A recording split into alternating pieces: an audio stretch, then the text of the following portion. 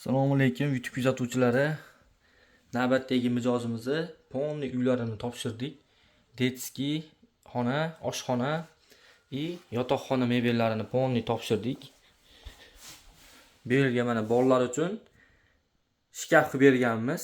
Ichlari ham kengina, ranglari ham o'ta chiroyli. Yog'och svetga oq qilib, rossiyskiy laminatdan qilib berilgan. Bu yerlarga polniy mana vishelkali qilib kiyim ilgani, pastiga tortma. Bu tomondan xuddi shunday.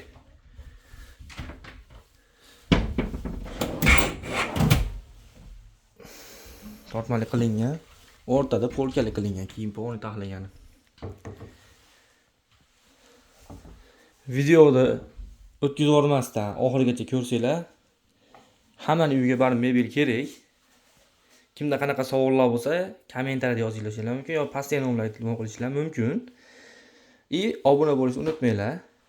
Like bosib qo'ysanglar, ko'pchilikka videomiz boradi. Shunaqa uylanmoqchi bo'lgan, to'y qilmoqchi bo'lgan odamlarga yetib boradi. Bu yerga mana bolalar uchun 3 ta spalni qilingan.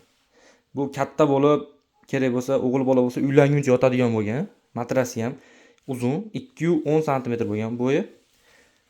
Bellarga mana machalkalar to'qib, bolalar o'zlari yozib qo'yishdi ismlarini. Endi oshxona qismiga o'tamiz.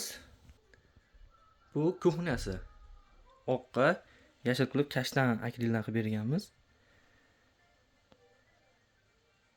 Endi kattalar xonasiga o'tamiz. Bu yerga mana 2 kishilik spalni ortoped matrasdan qilingan, 2 tomonlamali, bir yilda aylantirib ishlasa bo'laveradi, ezilib qolmaydi.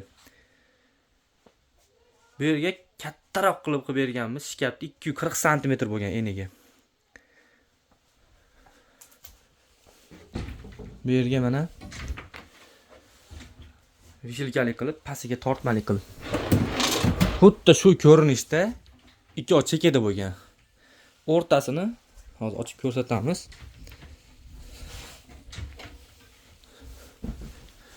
O'rtasi mana 2 kishiga отдельно-отдельно qilingan, polniy polka kiyim taxlagani.